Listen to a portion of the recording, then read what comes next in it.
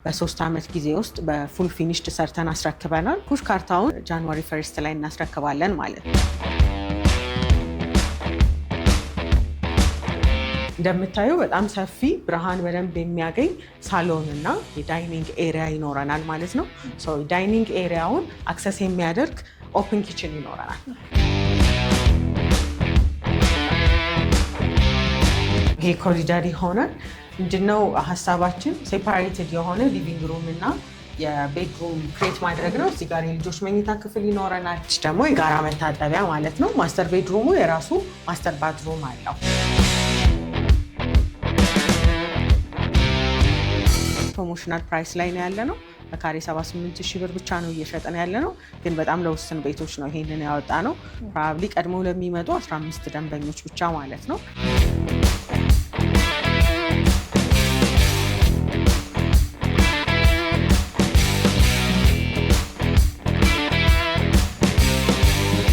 ሰላም፣ እንዴት አለሽ? እንኳን ደህና መጣሽ። እንኳን ደህና ቆየሽ። ዛሬ እንግዲህ በከተማችን አነጋጋሪ ወደሆነው ድርጅት ነው የመጣሁት። ሴቶች አደባባይ ላይ ያለቀ ሳይት አላችሁ እና እሱ እንድታሳዩ። መልካም። ሰመር ሪል ስቴት እንባላለን። ስለመጣሽ ደስ ብሎናል። ይህንን ህንፃ G+18 የሆነ በፉል ፊኒሽድ ሰርተን ኦልሬዲ ያስረክበናል። ጃንዋሪ 1 ላይ ካርታ የምናስረክበው ቤት ነው የሚሆነው። አሁን ያለንበት 2 መኝታ ቤት ነው። ስትገቢ እንዳየሽው ዩኒክ የሆነ ከበር ጀምረን ኤቭሪ ዲቴሎችን ተጠንቅቀን የሰራ ነው። ኢምፖርትድ የሆኑ ማቴሪያሎችን የተጠቀምነው። ይሄ ባለ 2 መኝታው ነው። ኢንትራንሱን በደንብ ላስጎብኝሽ አይደለም። እዚህ ኢንትራንሱ እንደገባሽ ፊት ለፊት የምታገኘው ኮሪደር ነው የሚሆነው፣ ወደ ሳሎኑ የሚወስድ ወደ መኝታ ቤቶቹ የሚወስድ ማለት ነው። እዚች ጋር ላውንድሪ ኤሪያ እናገኛለን። እንደ ስቶር የሚሆን ላውንድሪ ኤሪያ እዚህ ጋር ይኖረናል ማለት ነው። ከዛ ውጪ ከበሩ እንደገባሽ የምታገኘው የኮት ማስቀመጫ ይሆናል ማለት ነው። ከዛ ወደ ማስተር ቤድሩሙ ይህንን ይመስላል። ማስተር ቤድሩሙ በጣም ሰፊ፣ በሁለቱም ሳይድ ብርሃን በደንብ የሚያገኝ ቤት ነው የሚሆነው። የብርሃን የናቹራል የሆነ ላይት፣ ናቹራል የሆነ ቬንቲሌሽን በደንብ አክሰስ ያደርጋል። የሚጋርደውም ህንፃ ስለሌለ ብርሃንን የማግኘት እድል ይኖረዋል ማለት ነው። በቀጣይ ወደ ኮሪደሮቹ፣ ይሄ ኮሪደር ይሆናል። ምንድነው ሀሳባችን? ሴፓሬትድ የሆነ ሊቪንግ ሩም እና የቤድሩም ክሬት ማድረግ ነው። እዚህ ጋር የልጆች መኝታ ክፍል ይኖረናል። ደግሞ የጋራ መታጠቢያ ማለት ነው። ማስተር ቤድሩሙ የራሱ ማስተር ባትሩም አለው። ማስተር ባትሩም እና ክሎዜት ኤሪያ እዛው ጋር ይኖረዋል። ይሄ ደግሞ የልጆች መኝታ ክፍል ጎን ያለው የጋራ መታጠቢያ ነው ማለት ነው። የራሳቸው መታጠቢያ ያላቸው። እዚህ ደግሞ እንደምታየው በጣም ሰፊ ብርሃን በደንብ የሚያገኝ ሳሎን እና የዳይኒንግ ኤሪያ ይኖረናል ማለት ነው።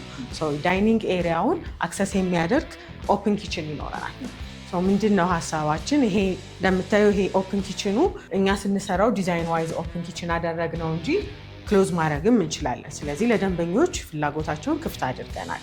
እዚህችን ክሎዝ አድርገን በሳከር ኦልሬዲ ያለው ሜካኒካል ቬንቲሌሽን ሲስተም ተጠቅመን ይሄንን ክሎዝ ማድረግ እንችላለን። ደንበኞች ደግሞ ኦፕን እንዲሆን የሚፈልጉ ካሉ እዚሁ ጋር ዳይኒንጉን አክሰስ ለማድረግ እንዲጠቅመው ኦፕን ኪችን አድርገናል ማለት ነው። በጣም ሰፊ ነው ቤቱ። አዎ በጣም ሰፊ ናቸው። ካሬዎቹም የተጠቀምናቸው እንዴት መሰለሽ፣ ብዙ ቦታ ላይ ተሽ ከሆነ ይሄ የኮመን ኤሪያ የጋራ መጠቀሚያ ተብሎ የሚነሱ አሉ አይደለ? ከቤቱ ላይ እኛ ያንን ብዙ አላነሳንም። ቤዚክሊ እኛ የምንሰራቸው ቤቶች ላይ ፓርኪንግ ኤሪያ፣ የጋራ መጠቀሚያዎች፣ አዳራሾች እነሱ በሙሉ ጊቭን ናቸው። እዚህኛውም ሳይት ላይ ሌሎች ሳይቶቻችንም ላይ ማለት ነው። ስለዚህ የተባለው ካሬ ላይ የተወሰነ የኮሪደር እና የሊፍት ብቻ ነው ኮመን ኤሪያ የምናነሳው። ለዛ ነው ቤቱ እንደዚህ የሰፋብሽ። አሁን ይሄ ባለ 2 መኝታ ነው። እንደምታዩ ሳሎኑ በጣም ሰፊ ነው። በደንብ አክቲቪቲዎችን ለማድረግም ቀለል ያለ ነገር ነው። ዳይኒንጉም እንደዚሁ በደንብ ሰፊ ነው። ብርሃንም ደግሞ በደንብ ስለሚያገኝ ቤቱን ሰፊ ያስመስለዋል። ብርሃን ያለው ቤት አሁን ሲሊንጉንም ካየሹ ከፍ ያለ ሲሊንግ ነው። ስለዚህ ዝቅ አድርጎ የመጫጫን አይነት ቤቱን ትንሽ የማስመሰል አይነት ነገር የለውም። ሙሉ ለሙሉ ብርሃን ያስገባል። ሌሎችን ቀሪ ነገሮችን ደግሞ አረፍ ብለን እንጫወት።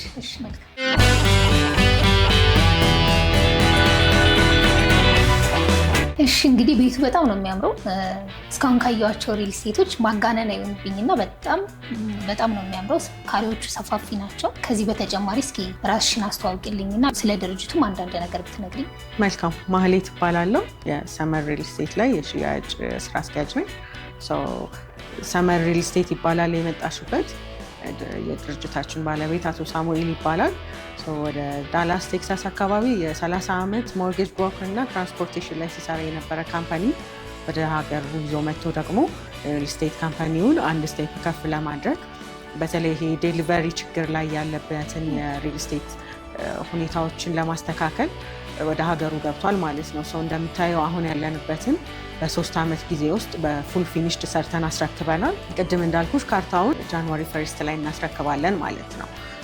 ከዚህኛው ልምዳችን ተነስተን ደግሞ ሌሎች ሳይቶቻችንም ላይ እንዲሁ በአዳዲስ ቴክኖሎጂዎች እየሰራን እንገኛለን። አዳዲስ ሳይቶቻችሁ እንዳላችሁ ሰምቻለሁ። እንግሊዝ ኤምባሲ ጋር ሰፊ ፕሮጀክትም እንደያዛችሁ ሰምቻለሁ እና እስኪ ስለሱ ያለበትን የግንባታ ሁኔታ እና አንዳንድ ነገሮች ብትነግሪኝ። መልካም። እንግሊዝ ኤምባሲ ከሚናሮው አጠገብ ግንባታ ላይ ያሉ G+25 የሆነ ህንፃ እየሰራን እንገኛለን። በፖስት ቴንሽን ቴክኖሎጂ ነው እየሰራን ያለ ነው። በዚህ ቴክኖሎጂ መሰረት አድርገን በአንድ ወር እስከ 3 ስላብ ድረስ መሙላት እንችላለን ማለት ነው። ቶሎ ለማስረከብ የሚጠቅሙንን የትኛውንም ቴክኖሎጂዎች እየተጠቀምን ነው። ወደ 27 ወር አካባቢ ይወስድብናል ገንብተን ለማስረከብ ከባለ 2 መኝታ እስከ ባለ 4 መኝታ ቤቶችን እንዲሁ አሁን ባየሻቸው ዲዛይን የተወሰኑ የዲዛይን ማስተካከያዎችን አድርገን በዚህ ስታንዳርድ እና በዚህ ልክ ለመስራት ሬዲ ሆነን ኦልሬዲ አሁን የፋውንዴሽን ስራ እየሰራን ያለ ነው። እሺ እንደነገርሽኝ ያው የምትይዙት ሎኬሽን በጣም ቆንጆ መሀል ከተማ የሚባል ነው። የሴቶች አደባባይ አሁን ያለንበት እንደገና ደግሞ እንግሊዝ ኤምባሲ ጋር ያልሽኝ ያለና እስኪ ስለ ሎኬሽኑ አንዳንድ ነገር ንገሪኝ። መልካም። ያው ምንድነው እኛ አሁን እየሰራን ያለ ነው ሲንግል አፓርትመንቶችን ጥሩ የሚባሉ ሎኬሽን ናቸው፣ አሪፍ የሆኑ ቦታዎች ላይ መሀል ከተማ። እንዴት ነው ሰዎች አሁን ላይ መሀል ከተማ ላይ መኖር ይፈልጋሉ፣ ግን ደግሞ ጫጫታም ደግሞ ለመኖር ብዙም የማይመች ይሆናል መሀል ከተማ ሲሆን። እኛ ምንድነው እያደረግን ያለ ነው የሴቶች አደባባይንም ካየሽ ከመንገድ አንጻር ካሉት አካባቢው ላይ ካሉት ፋሲሊቲዎች አሚኒቲዎቹ አንጻር ለመኖር በጣም ምቹ የሆነ ነው። በተመሳሳይ የእንግሊዝ ኤምባሲም ከእንግሊዝ ኤምባሲ አጠገብ ነው ሳይታችን። ያ ማለት ወደ 4ቱም አቅጣጫ የመንገድ አማራጮች ይኖሩናል። ወደ ሜክሲኮ፣ ወደ አትላስ፣ ወደ ቦሊ፣ ወደ 4 ኪሎ ሁሉንም መንገዶች መንካት ይችላል። አሁን መንገድ አይደለ እያራራቀን ያለው። ስለዚህ ሰፋፊ መንገዶችን አማራጭ ብዙ መንገዶችን የያዘ ከዛ ውጭ ደግሞ አካባቢው ላይ ለ16 ኤምባሲዎች በ3 ኪሎ ሜትር ራዲየስ ውስጥ ይገኛሉ። እንግሊዝ ኤምባሲን፣ የኬንያ፣ ቤልጂየምን ጨምሮ ማለት ነው። ለመኖር እዛ አካባቢ ዲፕሎማቲክ ኤሪያ ስለሆነ ከሴኪሪቲ አንጻር በጣም የተሻለ ኤሪያ ነው። ፕላስ ደንበኞች አንዳንድ የሚገዙት ለመኖር ብቻ ላይሆን ይችላል። ሬንታል ቫሊዩ በጣም ጥሩ ነው። እዛ አካባቢ ዲፕሎማቲክ መንደር ስለሆነ ኪራይ ይፈለጋል። ስለዚህ አፓርትመንት ኪራዮች ንጹህ ሆነው ሴኪሪቲ ያላቸው ቦታዎች ሲሆኑ ለኪራይ ተመራጭ ይሆናሉ። ስለዚህ ደንበኞች ግዴታ ለኢንቨስትመንት ሲያስቡ ሪተርን ኦን ኢንቨስትመንቱን የሚጠብቁት ሸጠው ላይሆን ይችላል፣ አከራይተው ከስር ከስር ሊያገኙ ይችላሉ። ከዛ በተጨማሪ ደግሞ አካባቢውን በደንብ ታውቂዋለሽ ብዬ አስባለሁ። የጫካ ፕሮጀክት ያለበት ሎካል ደንበኞች እንዲሁም ደግሞ ዲያስፖራዎች ተመራጭ የሚያደርጉት ቶፕ ቪው አካባቢ የሚባል ነው እና ለመኖር በጣም ምቹ የሆነ ቦታ ነው። ይሄኛው ሳይት እንደማየው ሙሉ ለሙሉ ተጠናቋል እና እዚህኛው ስንት ካሬ አማራጭ አላችሁ ነው ወይስ ሽጣችሁ ጨርሳችሁ? አጋጣሚ ሆኖ 2 ቤት ብቻ ነው የሚቀረን እዚህኛው ሳይት ላይ። ጨርሳችኋል? ጨርሰናል። አይ ቲንክ ስትገቢ አስተውለሽ ከሆነ ደንበኞችም ገብተው መኖር ጀምረዋል። 4 መኝታ ቤቶች 2 ቤቶች ብቻ ይቀራሉ። 267 ካሬ ነው። ጃንዋሪ ላይ እናስረክባለን ካርታ። ስለዚህ ሜቢ የባንክ አማራጭ የሚፈልግ ሰው ካለ ያኔ ካርታውን አስይዞ በራሱ ማያያዝ ይችላል።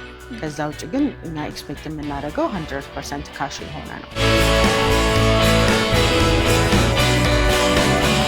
ስለዚህ በዚህ መሰረት ነው ያኛውን የምትገነቡት ማለት ነው? ኤግዛክትሊ በዚህ መሰረት ግን ደግሞ ከዚህ የተጨመሩ አሚኒቲዎች ይኖሩታል። እዛኛው ላይ ለምሳሌ G+25 ነው ህንፃው። እዛ እስከ 5ኛ ፍሎር ድረስ የጋራ መጠቀሚያዎች ናቸው የሚኖሩት። አካባቢው የሚታቂ ከሆነ ቦታው ኢሊቬት ያደረገ ነው። ሰው በደንብ እይታ ይኖረዋል። ከ5ኛ ፍሎር ጀምሮ ያሉት መኖሪያ አፓርትመንቶች ይሆናሉ። እስከ 5 ግን ጂምናዚየም፣ ስፓ፣ አዳራሾች፣ ላይብራሪዎች እነዚህ ይኖራሉ። ከዛ ውጪ የፓርኪንግ ኤሪያ ደግሞ ቅድም እንዳልኩሽ ጊቭን የሆነ ከቤታቸው ላይ የማይቀነስ የፓርኪንግ ኤሪያ እንሰጣለን። ከዛ ውጪ ከ5ኛ ፍሎር ጀምሮ ላሉት የመኖሪያ አፓርትመንቶች 5 ሊፍት ይኖረዋል። 4 የፓሴንጀር ሊፍት ይሆናል፣ አንዱ ደግሞ የዕቃ መጫኛ ሊፍት ይሆናል ማለት ነው። እነሱ ምናልባት የመብራት መቆራረጥ እንኳን ቢኖር ስታንድ ባይ ጀነሬተር 2 ስታንድ ባይ ጀነሬተር ይኖራል። የከርሰ ምድር ውሃ፣ የውሃ ታንከር ደግሞ ከላይና ከታች ይኖረዋል ማለት ነው። ዘመናዊ አፓርትመንት ነው። ያው አሁን ለኑሮ ምቹ የሆኑ ነገሮች ያስፈልጋሉ። ስለዚህ እሱን እናደርጋለን። የመዋኛ ገንዳዎች ይኖራሉ። አካባቢው ላይ ሞሎች አሉ። እዛው የኛም ኮምፓውንድ ውስጥ G+5 የሚሆን ሞል ይኖረናል። እሺ እንግዲህ አሁን ላይ ፕሮሞሽናል ፕራይስ አውጥታችኋል። እንዴት ነው እየሸጣችሁ ያላችሁት? በካሬ ስንት ነው የምትሸጡት? የካሬ አማራጮቹንስ ከባለ ስንት እስከ ባለ ስንት መኝታ ድረስ ነው ያለው የሚለውን እስኪ በደንብ ንገሪኝ። መልካም። ቅድም አካባቢውን እንደጠቀስኩልሽ እና የሚፈለጉትን የአፓርትመንት አይነቶችን እንደነገርኩሽ መጠን ከባለ 2 እስከ ባለ 4 መኝታ ቤቶች ናቸው እዛ ላይ የሚገኙት። ከትንሹ ባለ 2 መኝታ 138 ካሬ ይጀምራል። ከዛ ከፍ እያለ ይሄዳል ማለት ነው። ወደ 3፣ 4 ባለ 2 መኝታ፣ ባለ 3፣ ባለ 4 አማራጮች አሉ እንደ ደንበኛው ፍላጎት። ከዛ ውጭ ግን አሁን ላይ ግን ፕሮሞሽናል ፕራይስ ላይ ነው ያለ ነው። በካሬ 78,000 ብር ብቻ ነው እየሸጠን ያለ ነው። ግን በጣም ለውስን ቤቶች ነው ይሄንን ያወጣ ነው። ፕሮባብሊ ቀድመው ለሚመጡ 15 ደንበኞች ብቻ ማለት ነው። ከዛ በተጨማሪ ግን ኤክስፔክት የምናደርገው 10% ዳውን ፔመንት ብቻ ነው። ያው የፔመንት ላይ ፍሌክሲብል ነን። ለምሳሌ በ5% ብቻ ዳውን ፔመንት አድርጎ ተጨማሪ ጊዜ የሚፈልግ ሰው ካለ የሜሞራንደም ኦፍ አንደርስታንዲንግ የሚባል ውል አለን። ውል አስረንለት ለተጨማሪ ጊዜዎች። ይሄ ቤዚክሊ የሚሆነው ለዲያስፖራ ኮሚኒቲ ነው። ምክንያቱም ብር ከዛ ለመላክ የተወሰነ ጊዜ ይፈልጋሉ። ስለዚህ ያንን ጊዜ ለመስጠት በ5% ውል መስራት እንችላለን። ከዛ ውጭ ግን እኛ ኤክስፔክት የምናደርገው 10% ዳውን ፔመንት ነው። ምናልባት እዚህ ተወካይ የሌላቸው ዲያስፖራዎች እዛው ራሳቸው ቀጥታ ከኛ ጋር ውል ማድረግ የሚፈልጉ ካሉ ፕሬዘንቴሽኖችን በቴሌግራም ወይም በዋትሳፕ እናደርግላቸውና በዲኤችኤል ውሉን ሙሉ ለሙሉ ከኛ ጋር እነሱ ኮንታክት አድርገው እንዲጨርሱ ማድረግ እንችላለን። ስለዚህ ባንክ ለሚፈልግ ሰው ምናልባት የባንክ አማራጮች ይኖሯቸዋል? አዎ፣ ቅድም እንዳልኩት ፔመንት ስኬጁላችን ፍሌክሲብል ነው። 2 አይነት ፔመንት ስኬጁል ይኖረናል። አንደኛው በ8 ዙር ደንበኞች ግንባታውን እያዩ በግንባታ ሂደት መሰረት ቀስ እያሉ የሚከፍሉት ይሆናል። ይሄ ምን ይጠቅማል? ለደንበኛ ካልተገነባ ያለመክፈል መብትን ይሰጣል። ስለዚህ እኛ ሀገር አሁን እየተስተዋለ ያለው በጊዜ ያለማስረከብ፣ ገንዘብ ቶሎ ቶሎ የመጠየቅ አይነት ነገር ስላለ ግንባታውን እያደረግን በፌዝ ነው የከፋፈል ነው። እሱ ውሉ ላይ ይካተታል። እዛ ላይ ስንደርስ ኔክስት ፔመንት እንጠይቃለን። በዚህኛው መንገድ ከሆነ በ27 ወር ጊዜ ውስጥ 8 ራውንድ ይኖራል። በዛ ከፍለው ይጨርሳሉ። ካልሆነና የባንክ አማራጭ ለሚፈልግ ደንበኛ ደግሞ 50% አሁን በነገርኩሽ መንገድ እስከ 2 ዓመት ከ3 ወር ወይም 27 ወር ክፍያቸውን ያደርጉና 50%ን ደግሞ ቤቱን ከተረከቡ በኋላ ባንክ የፎታ ጊዜ ሰጥቷቸው ከ15 እስከ 20 ዓመት ጊዜ አይዘር አከራይተውት ወይም ደግሞ እየኖሩበት ቀስ እያሉ የሚከፍሉትን አማራጭ አመቻችተናል። ቅድም እንግዲህ ስለ ዲስካውንት ነግረሽኝ ነበረና ይሄ ዲስካውንት ለምን ያህል ጊዜ ነው የሚቆየው? እንደገና ደግሞ ለምን ያህል ቤቶች ነው የሚሆነው ማለት ነው? ቅድም ሜንሽን ለማድረግ እንደሞከርኩት ለ15 ቤቶች ቀድሞ ለሚመጡ 15 ደንበኞች ነው የሚሆነው። በፐርሰንት ስናየው እስከ 30% አካባቢ ነው ዲስካውንት ያደረግነው። ከዚህ በተጨማሪ ደግሞ ከኖርማል ሴት ካደረግነው ከ10% ከፍ እያደረጉ ለሚከፍሉ ደንበኞች ደግሞ አኮርዲንግሊ ሌሎች ተጨማሪ ዲስካውንቶች ይኖራሉ። ስለዚህ ይሄ 15 ቁጥር ቤት ከሞላ ሙሉ ለሙሉ ዲስካውንቱን እናቆማለን ማለት ነው። በዚህ ጋር ተያይዞ እንግዲህ እናንተን ማግኘት ለሚፈልግ ሰው ከሀገር ውስጥም ሆነ ከሀገር ውጭ ላለ ሰው እንዴት ነው እናንተን ማግኘት የሚችለው? መልካም። ከዚህ ቪዲዮ ስር በምናስቀምጠው ስልክ በቀጥታ መደወል ይችላሉ። ዋትሳፕ እና ቴሌግራም ላይም ደግሞ እንዲሁም ኮንታክት ሊያደርጉን ይችላሉ። እንግዲህ መሀሌት ስለሰጠሽኝ መረጃ በጣም አመሰግናለሁ። እኔም አመሰግናለሁ። እሺ፣ መልካም። እሺ፣ እንግዲህ ተመልካቾቻችን ዛሬ በሰመር ሪል ስቴት ተገኝተን ያጋራናችሁ መረጃዎች ተመልክታችኋል። ስለዚህ ከታች በምናስቀምጥላችሁ ስልክ እየደወላችሁ የቅናሹ ተጠቃሚ መሆን ትችላላችሁ። መልካም ጊዜ።